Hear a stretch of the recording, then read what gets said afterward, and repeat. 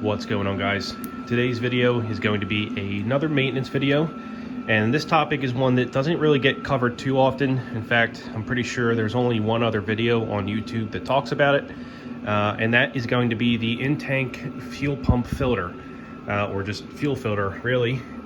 If you have a modern four-stroke, basically anything a four-stroke or anything that's a four-stroke or newer, not two-stroke, your fuel filter is going to be in-tank. Just like it is on a lot of cars. There is no separate oil filter.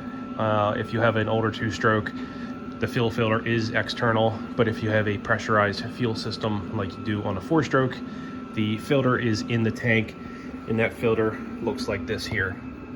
So it's just your standard cotton fabric looking filter, and it just gets kind of bolted, not really bolted, but just snaps into the bottom of the fuel pump.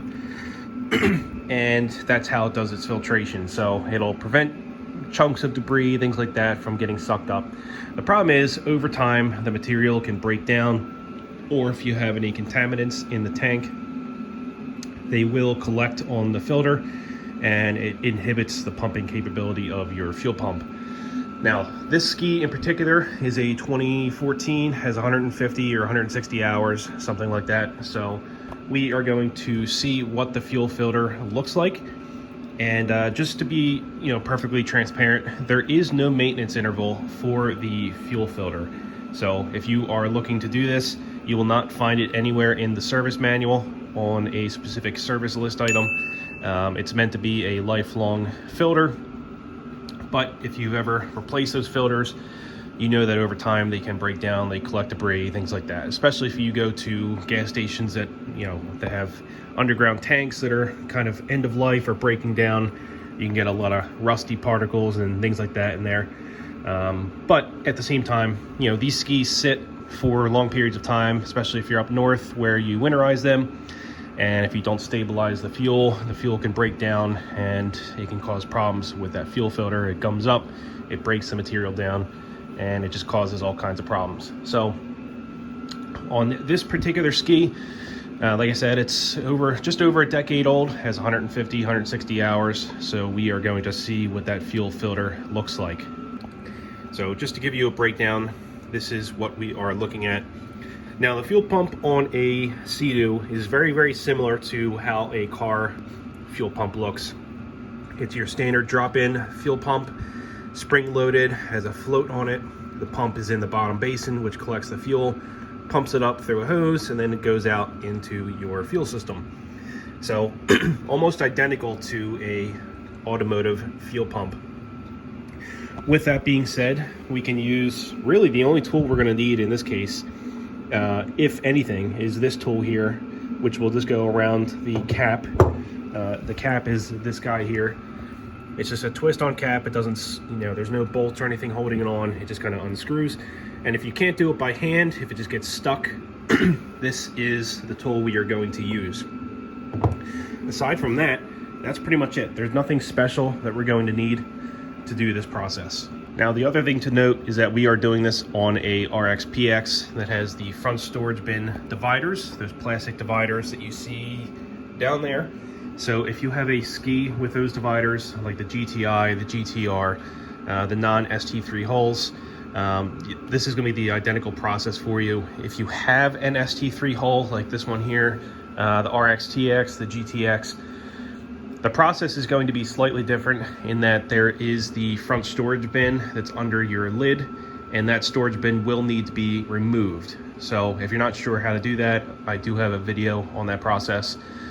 Once that storage bin is removed, you actually have a lot more room than you do on this RXPX, for example. That's our fuel pump down there. You'll have a lot more room on the ST3 hulls. The only downside is you have to remove that storage bin. So keep that in mind. In this case, the RXPX, the GTI, GTR, the process is identical.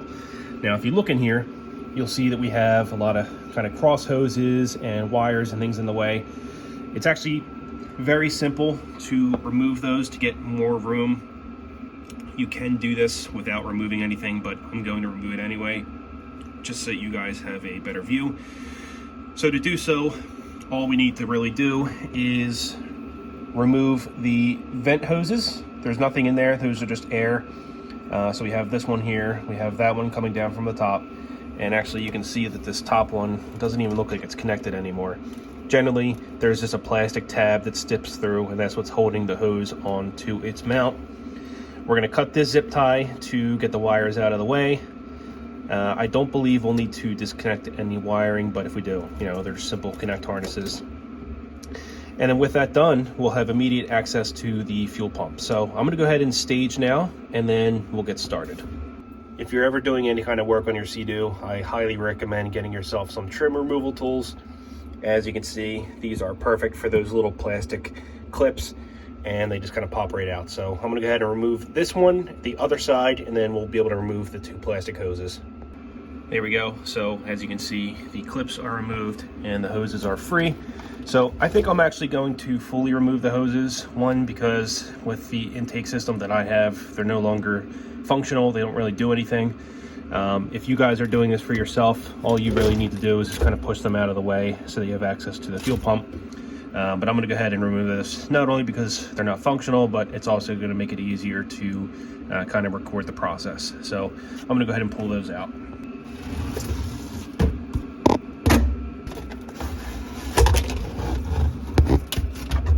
I just removed the upper body harness, the 2 electrical connections. You do not need to remove those to do this.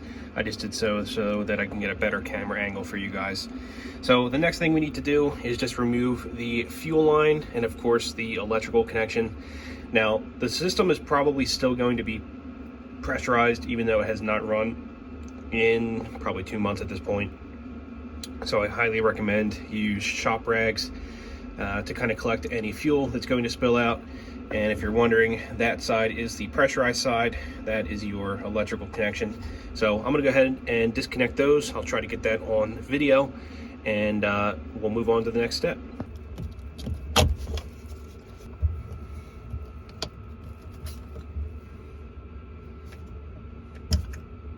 Alright, so as I'm sure you saw, they came off very easy, no problems there. Now, one thing I want to point out before we move on to the next step is the alignment of the fuel pump. It is very important that it goes out, or goes back in the same way it came out. So it's easier to see this before you take anything out. You notice that little notch, that little line on the fuel tank there? That lines up with a arrow on the fuel pump. Now it's kind of hard to see the arrow on the fuel pump, so I'll mark it when it's outside of the tank. But that arrow and that line have to line up, and that's critical because of the float inside the tank. The clearance with the pump and the electrical, everything has to line up. So if you put it in, you know, 90 degrees away or 180 degrees, the fuel pump and the float and everything are not going to work the way they should. So next thing we need to do is just go ahead and unthread the pump. I'm going to go ahead and try to do it by hand, and if that doesn't work, then we will just go ahead and use this tool here, and this will just kind of line up on the threads. You can use a 1/2-inch socket to remove. So I'll try it by hand first, and if that doesn't work, I'll show you how this guy works. Yeah, no chance. It's kind of hard to get 2 hands in there, and it's pretty on tight, so no chance. I'm going to show you how to use that tool. All right, so the grooves on the tool just need to line up with the dents on your fuel pump cap. So we'll get this lined up the way we need to.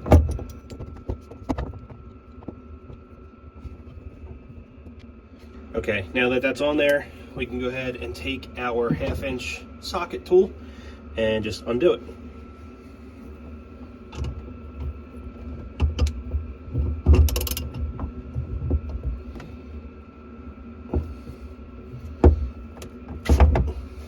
There you go. Very, very easy to do.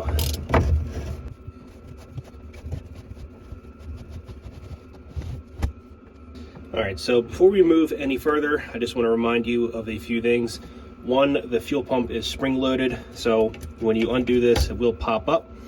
No big deal. The other is that we need to be very careful not to drop any debris in the fuel tank, because we're obviously going to have a massive hole here.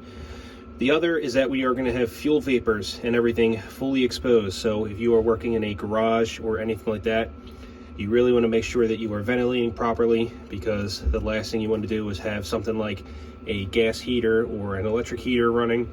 When you are doing this, those vapors could lead to an explosion. So just be very careful. Let's go ahead and we'll remove the cap, and you can see there is a lot of debris and stuff in there. That's what we want to be careful with. We do not want that to go back into the tank. All right, so I'm going to go ahead and try to pull this out now, being very careful. Of course, the tank is almost full. It's obviously much better to do this on a near empty tank if you can.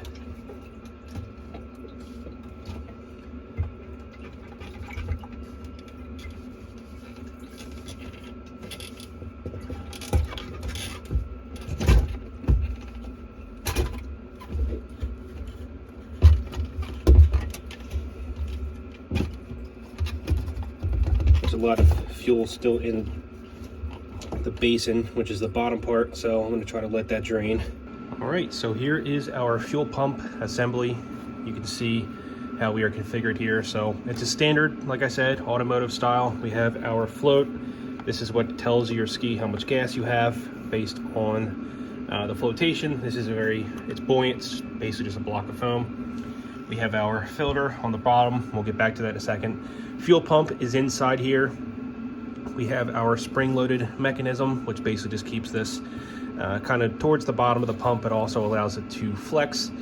And then we have our pickups and a return. So pretty simple configuration. You flip this over here, you can see how the float mechanism works. It's basically just a potentiometer, and that's what we have here. So let's go ahead and take a look at our filter. And as you can see, it is pretty crusty looking.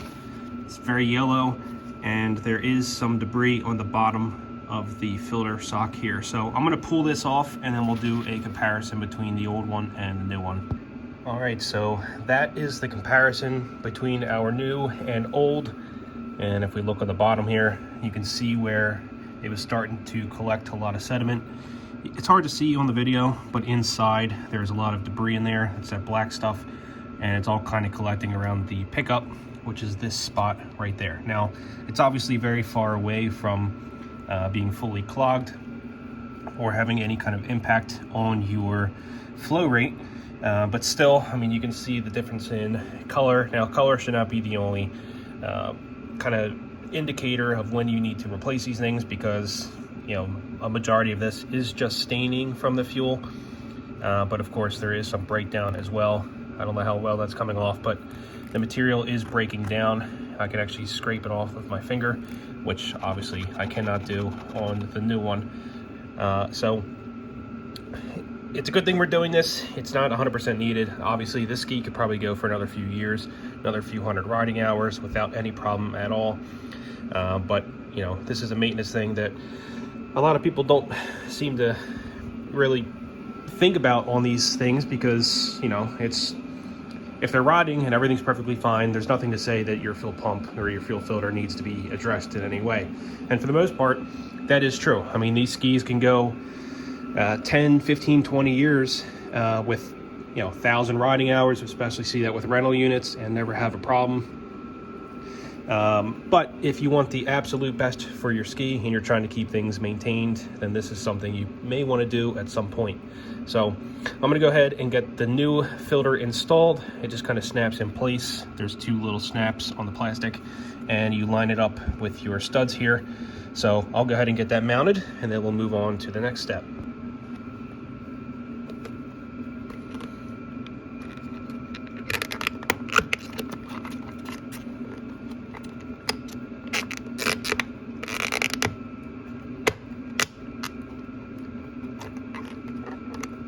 All right, so now we can go ahead and put the fuel pump back into the ski. Now, when we pulled the pump out, you probably saw this gasket.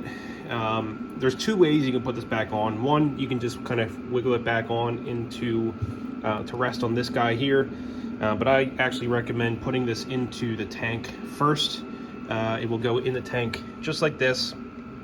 So our flange side will sit on the top. So it's much easier if you put this in first, rest this on the tank and then let the fuel pump kind of slide into it, as opposed to putting it on here first and trying to get the whole thing into place, because you can see there's a couple different layers here, and trying to get them to seat correctly is just a pain. So I'm gonna go ahead and put this in the tank first, and then we'll go ahead and put our fuel filter back on. But first, I want to lift this up here and show you that arrow I was talking about. That is the arrow there. That is what you want to line up with that mark on the fuel tank. If not, you run into problems with your float reading incorrectly, or more so in this case, your connections here for fuel and power are not going to line up. So just keep that in mind when I'm putting this back in. I'll be able to see it on my side, but it's going to be hard to see on camera, so just take note of that. But first, let's go ahead and get our seal put in place.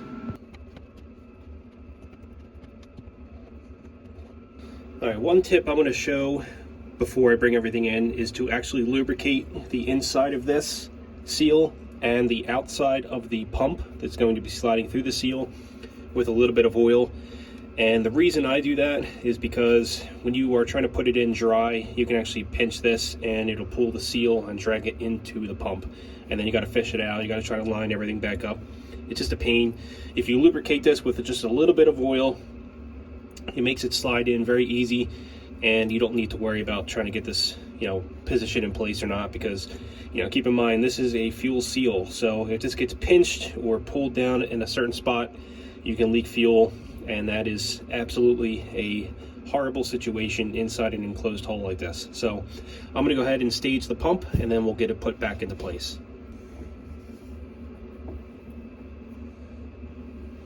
There's our oil.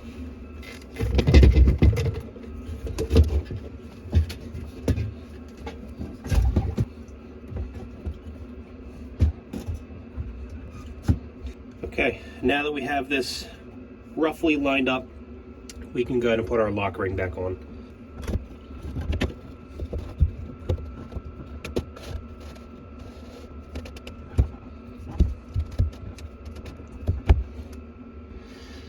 All right, now I got it pretty hand tight. It's not moving anymore, but I'm going to secure it with our tool here just to kind of give it an extra budge so that it does not shift or leak or anything like that.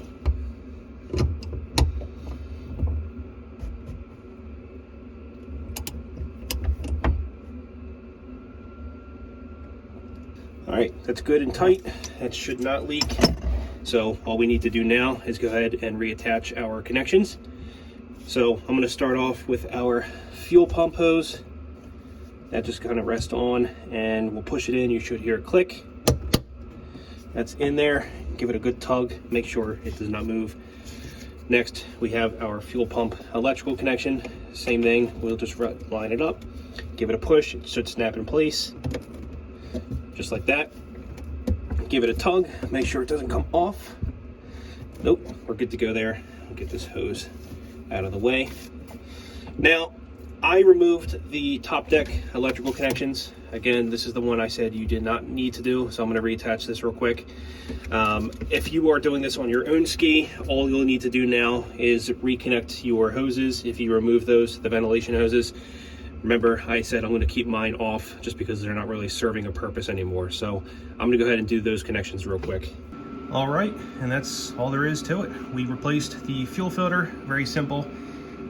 This is something you could absolutely do in a single day. It really only takes an hour or two on this style ski.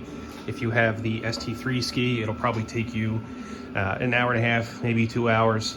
Again, once the bucket is removed from that style ski, it's actually a lot easier to access the fuel pump than it is on these style skis. So one thing I wanted to point out is if you have a battery attached to your ski, this is going to sound odd, but I actually recommend not disconnecting your battery before you do this. And the reason is because generally when people disconnect their batteries, they kind of just put the electrical connection off to the side.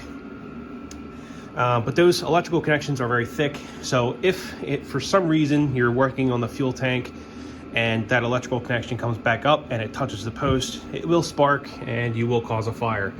So if you were doing this maintenance I highly recommend, one, either just leaving the battery connected, or two, just completely removing the battery altogether.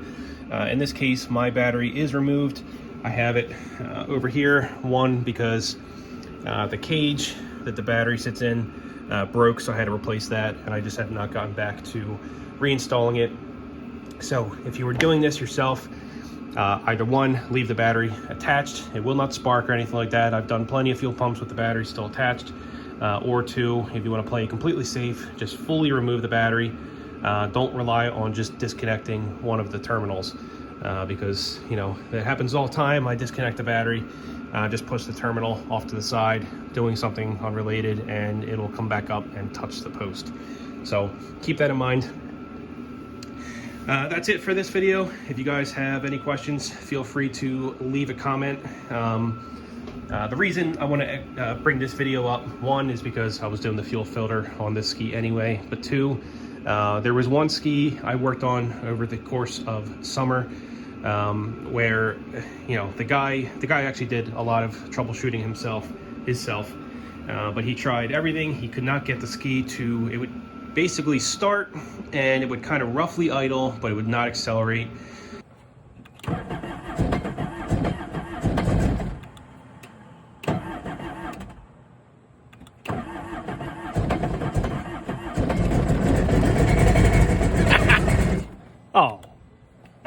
Or do anything like that. There was no fault codes. He replaced fuel injectors. He even replaced the harness going to the injectors, thinking they were not, you know, doing something correct. He did compression check. He did everything that he could possibly think of, but could not figure out why the ski was struggling. So he brought it to me, and at first I thought it was fuel pressure, so I pulled the fuel pump out because I was going to do a bench test. You can do a fuel pressure test with this. Everything's still connected. You just do it off the fuel rail, but I wanted to remove it, and that's where I saw the fuel filter, the old one. Let's see, I put it here because, of course, it was starting to dissolve the paint on my desk. We have it here. This filter had a bunch of rubber debris on the bottom, but there was also bits of metal.